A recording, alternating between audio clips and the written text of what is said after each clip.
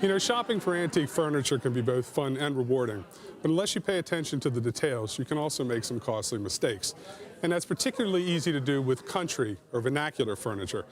This country table was sold at auction a few years ago as a circa 1800 to 1825 tavern table with original three-board top and original paint.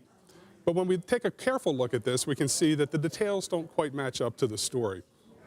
To begin with, the patina, or the look of age that a piece of furniture acquires with some time, just doesn't look right. If we look at the top, we'll see that there's patina on the top, but it's not random or haphazard in appearance. There seems to be a natural pattern, and we just shouldn't see that.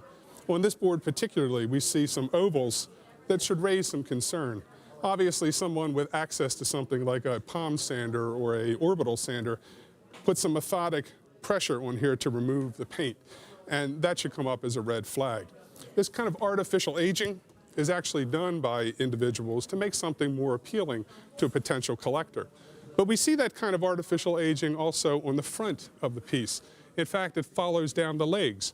If we look at both the outside of the legs and the inside of the legs, we'll see that the paint has actually been removed, perhaps with a piece of sandpaper or a chisel. And then there's the paint. The paint on the bottom just doesn't seem to match the paint on the top. The paint on the bottom has a matte black finish, while the top has a nice warm, aged finish. Obviously, the two were not done at the same time. And if we look real closely, we'll see on the sides where there are age cracks and separations, a natural process of aging with the antique furniture, we'll see that the paint has been overpainted and actually goes into the cracks. We shouldn't see that if the paint was applied at the same time that the piece was made. Finally, if we turn it over,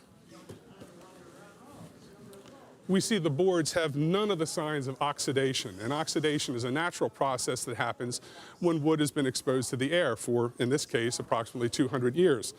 If we look at a table drawer from the 1840s, we'll see what oxidation actually looks like, this dark brown appearance. The boards here are almost white, as if they've just come off the lumber pile.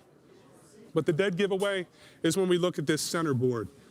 The center board actually has circular saw marks, which we shouldn't see on a piece of furniture from 1800 to 1825. Obviously, this should have been made by hand, and we certainly shouldn't see those kinds of marks.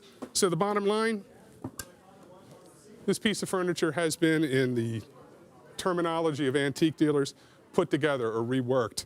We might call it faked. So what you really need to do when you go into the marketplace, if you're shopping for antique furniture, is to make sure that you look at several different things.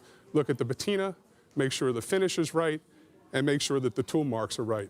And if none of those things work, step away from the deal.